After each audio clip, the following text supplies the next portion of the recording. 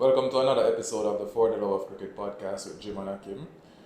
We had a very exciting day of cricket today. Lots of records being broken. First time in World Cup history, a match saw four centurions. Yeah. That's in the game with Pakistan and Sri Lanka. In the England game was also high scored as well, and we also saw Pakistan pull off the highest World Cup run chase. Record. Um, we're going to start with a look on the game between England and Bangladesh. Any thoughts? I think the English batting display was good. This is the sort of display that we had expected from them in the first game of the tournament. They got a very good opening partnership. David Malan and Johnny Bairstow, they put on 115 runs for the first wicket. Johnny Bairstow got a half century and David Malan got a century in the game, 140 runs. I believe it's his fourth ODI century this year in 11 games I believe. So he is in tip-top form. He's somebody that we tipped to be a key player for England in this tournament. We also said that he would probably go under the radar a bit when you think of the likes of probably Josh Butler, Johnny Bairstow, Joe Root, Ben Stokes, who would play when his fitness allows. He's somebody that probably would have gone under the radar a bit, but he really showed his class today. Very commanding century. Joe Root was also good. We did say that he would be a key player in these conditions, and he really batted well today. I feel that he'll probably be disappointed that he didn't get a century. Got out in the 80s with probably 8 or so overs left, but he was playing a team game and trying to get as big a score on the board as possible. But another good innings from Joe Root, really held the innings together with Malan in a partnership that was more than 150 runs. I think the key to Malan's scoring abilities is his ability to score what we call effortless runs. He can easily, without anger, have a strike rate between 70 and 90. And with that, he has an ability to bat deep into the innings. I think with England missing on this World Cup cycle, missing Morgan, Ben Stokes is out with injury, and Joe Root being moved up the order from being at number 4. Yeah. Malan's ability to go deep actually kinda covers over the fact that the middle order hasn't been firing. They have a highlight reel in Liam Livingston. He's a streaky run scorer. Harry Brooke is fresh, hasn't had a lot of one-day success or a long track record of one-day runs, and since Josh Butler has become the captain, he hasn't really consistently fired. England were 300 at the 40th over, only made 360. 40, they were 300 for 3 at the 40th, only made 360. Knowing how this English team has been playing since the end of the 2015 World Cup, one would have thought they would have gotten 420. Yeah. 400, 420. But the middle order and the lower hitting hasn't been firing really. They dropped Moeen Ali, which is a strange, strange selection. Strange selection to pick someone first for the first game, and then by the second game you have decided that they aren't the right fit. I actually thought Reece Stockley would have played the first game. See Moeen Ali playing, I didn't think he'd be featured in the tournament this early. And he bowled well. You have anything to say about Bangladesh's bowling? Sorry. I think the bowling effort was disappointing. They would have wanted to pick up early wickets with the new ball. that didn't happen. It was a bit erratic, inconsistent. A lot of boundaries were scored. Square of the wicket, I believe, indicates that they bowl a bit too short and with too much width. When you look at even how the bowlers were used, Mehdi Hassan Miraz, who had a very good game in the first game, he bowled a bit later in the game today. Went at almost 10. Yeah, he went at almost 10 and over.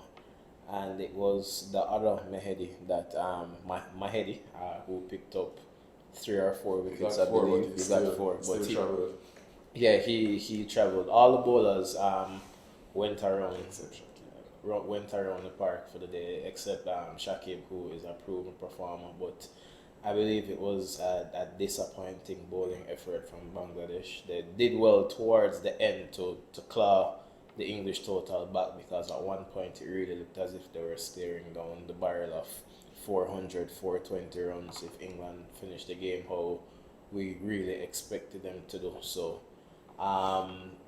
questions and concerns for Bangladesh, especially with the new ball, when you think that the first 2 wickets for England produced 200 and almost 70 runs. 260. That's a disappointing bowling effort, no matter which way you look at it, and that's something that Bangladesh will definitely have to address in games to come. Leading into the tournament, Mustafeza was getting new ball wickets.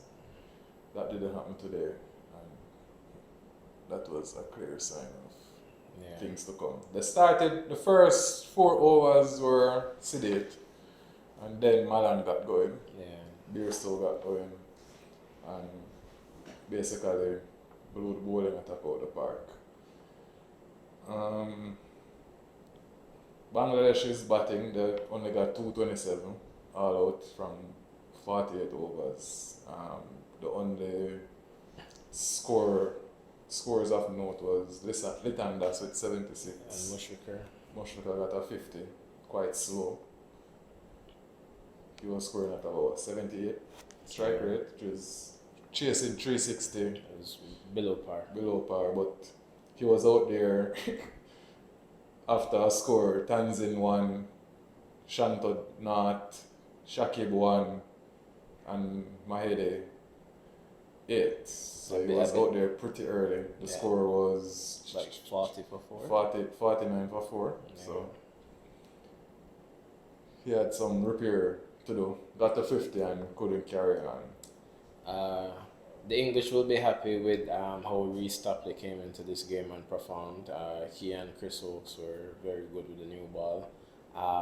Topley picked up wickets, key wickets, really broke the back of the Bangladesh batting efforts.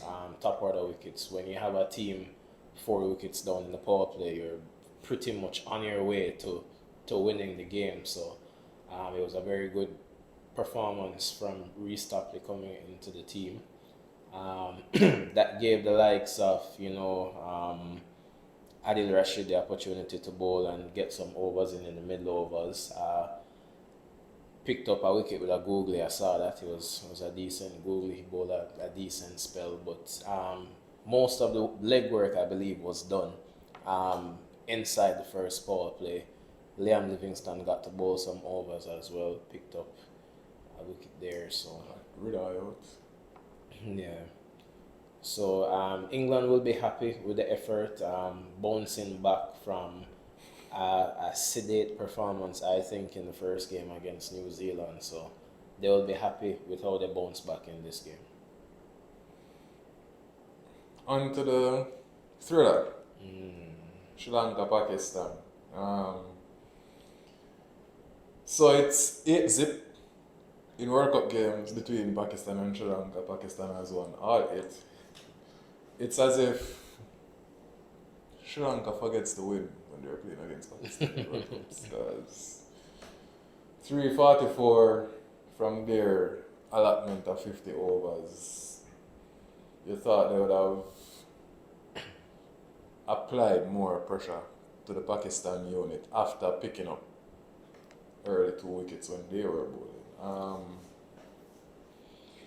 It's a very young Sri Lanka team. It is. The average age of the batting lineup minus the captain and Kusal Pereira is about 25.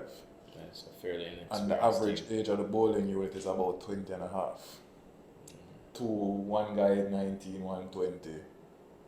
Tikshana is 23 and he's a senior pro in the side. Yeah. Samar Wickrama is only 27 and he's been playing since 2014. He's another senior player in the team. Yeah, he's been in and out. So it's a young team, and I really thought they lost this game on inexperience. Yeah. They got between overs 20 and 30, they scored 120 runs. Between overs 30 and 40, they scored 50. It's a big fall. And in the last 10, they scored 60. Then the bowling was... It was all over Patirana. Not only Patirana, I think, well, the three seamers, Patirana, Madhushanka, and the captain, the choice at deliveries at certain key moments in the game was found wanting. I thought they were being scored two sides of the wicket. Yeah. They tried to bowl a lot of cutters on a wicket that wasn't gripping. And probably just saying we're going to bowl the top of our stump. Let's just bowl our best ball and see what happens instead of trying so many variations. And most of the variations went into the stands. So what's your thought on how the game went? Started with Sri Lanka's batting. I believe that Sri Lanka would be fairly happy with the batting effort when you look at the score that was posted at the end of the innings. As I said before, when they played the first game against Sri Lanka, against South Africa, when you post a score of 320 plus 344, you post a score like that in a World Cup game, you would think that you would win the game probably 8 or 9 times out of 10. And today they posted another good score, 340 plus. I thought the batting effort was good in parts. They failed away towards the end, but the top order effort was good. Kusal Mendes with a century in this game, century of 65 balls, I believe, brisk century. He looked in very good form in the previous game against South Africa, and he carried the form over here. Shot selection excellent. The innings was very well paced as well, and he was dominant. When you look at the partnership that he formed with the wicketkeeper batsman, Samar Wickrama. yeah, it was a very good partnership as well, and it looked as if they set up a total that would have been very challenging for Pakistan. The Pakistani bowling a bit on the expensive side. Hassan Ali picked up wickets again. Got 4. He got 4 wickets. He got 4 wickets for about 70, which was a tad bit expensive by his standards. Everybody was going, so. Yeah, it was a tad bit expensive by his standards, but he picked up wickets again in the middle overs. Middle over wickets in the fashion that you'd expect. We did speak about him in after the previous game. I would say that he would be somebody that would be key in this tournament as an exponent of reverse swing. Harris Rauf, I think, picked up 1 or 2 wickets in this game again, mostly middle over wickets as well. Shadab Khan picked up a wicket. Shadab Khan. His figures doesn't look that bad, but I didn't think he bowled that well. Yeah, I don't think he was bowled great. bowled about 15 long-ups. Yeah. 15 sharp. It's as if he came on, first ball, leg spin, went over square leg for 6. So, slug sweep. Went a little wide and short and it ripped. But each time he went straight, the ball, the confidence to spin that leg spinner from the stumps, it's as if it's not They there. would stop there. So he's bowling and saying, I can't get cut for 6, ring the offside, put 2 fielders back and bowl for figures. Yeah, bowl defensively, which is not what you want from the leg spinner. And the main spinner in the team. So, another point, Kusal Pereira before this World Kusal Mendes, before this World Cup, you would have had him as an accumulator. Yes, I had him as an accumulator. I didn't expect him to be playing. So his in strike this rate is fashion about at all. 70, between 70 and 80 for the career.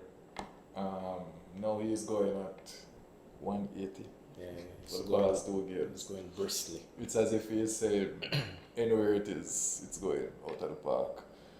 I guess because of the age of the lineup and knowing what's to come, he's decided that I must go try and set a strong platform for the rest of the batting lineup. Yeah. What are your thoughts on Shaheen Shafridi? Shaheen,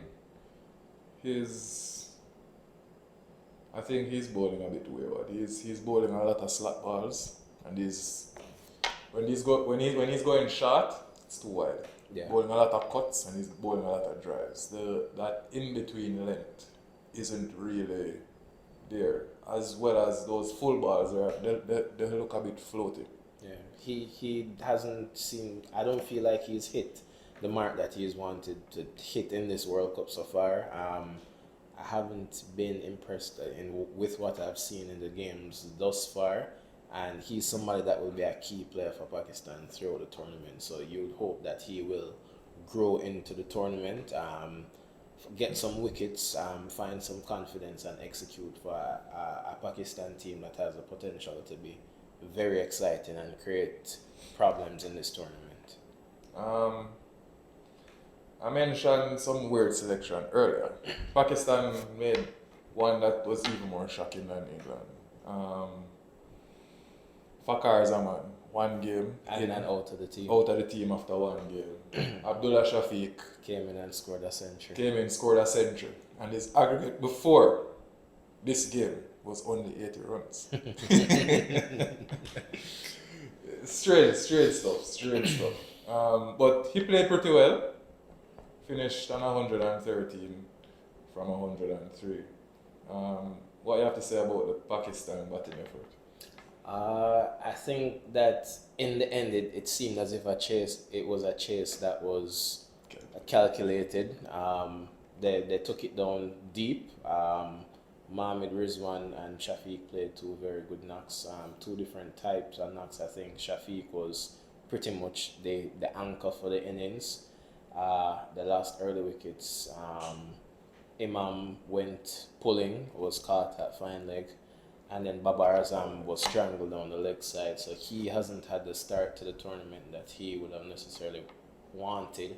A key player for Pakistan and will be a key player for them in the tournament, so he's just off to a bad start. But I think the partnership between Shafiq and Rizwan was a key one. It was very important. It was well paced. When you think about Mohammad Rizwan and how he plays, he's a very busy player. Runs hard between the wickets. He scores his boundaries square as well. He's a good cutter of the ball, good sweeper, drives well through the offside. And it was a very well calculated knock. It's a sort of knock that you would want somebody batting in your middle order to play. Rizwan was batting at 4 or 5. 4. He was batting at 4 in this game, and I feel like it was a well calculated chase from Pakistan. They're a team that will get you worrying when they get to that stage of the game and when the pressure is on, but it looked as if they were in control for the most part. Way forward for Sri Lanka? Well, they've been batting well or fairly well in the tournament so far. They've got scores of 300 plus twice. But the bowling is a major cause for concern. I wonder if any team has lost with 2 scores over 300 back-to-back in a World Cup, or in any.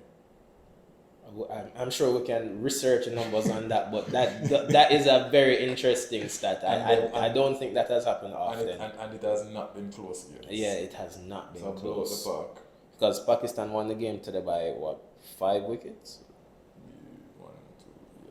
6 wickets. By 6 wickets. That's a convincing win in one day cricket. They won it in the 48th over. So it looked as if the overs came down close, but Pakistan were really and truly in control of this chase in my estimation. when you look at the Sri Lanka bowling, when you look at the figures, As in, it's not like one side had pretty figures. Both sides Yeah. had horrible bowling figures. The pitch is really a good batting. it was a very good batting service. But Patirana has gone for almost 102 games, though. I mean, that is a major cause for concern. He's 90. Yeah, he's young and inexperienced, and this tournament will be one that he will learn and take a lot from. But Do you think Rajita comes in? possible, likely, I feel like a change needs to be made, so it's possible that a change will be made. Because at the moment, the other problem they're having is the fifth bowler. They're putting Dhananjaya Da Silva, Asalanka, and basically Bolalage Yeah, together to make a fifth fifth bowler. bowler.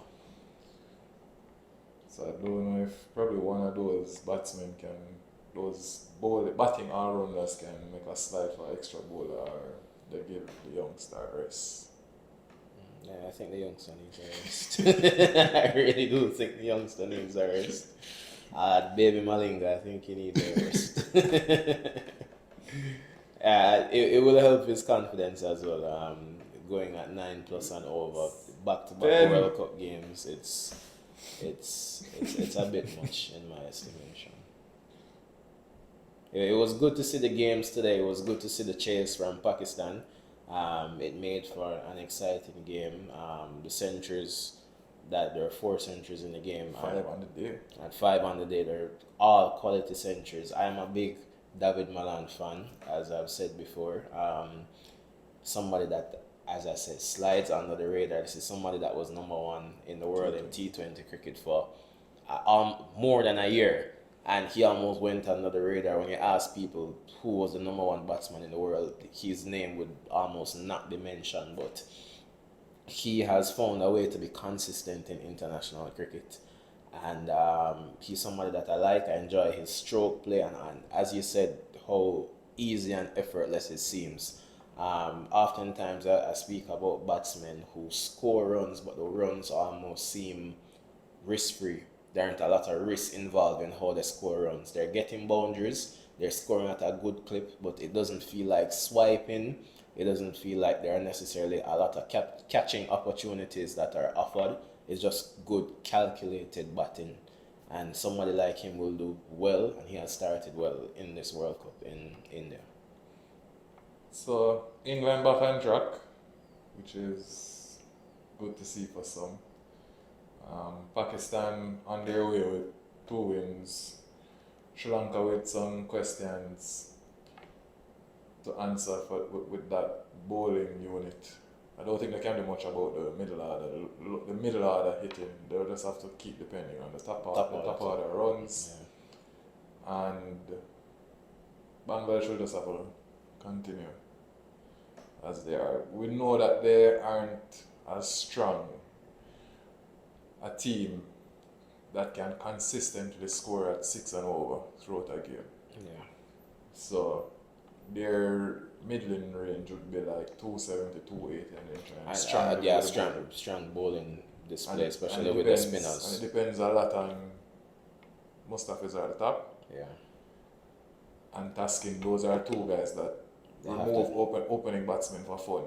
And then Shakib and Mehedi in the middle overs, the strong player. That's it for today. Thanks for watching. Thanks for watching, guys.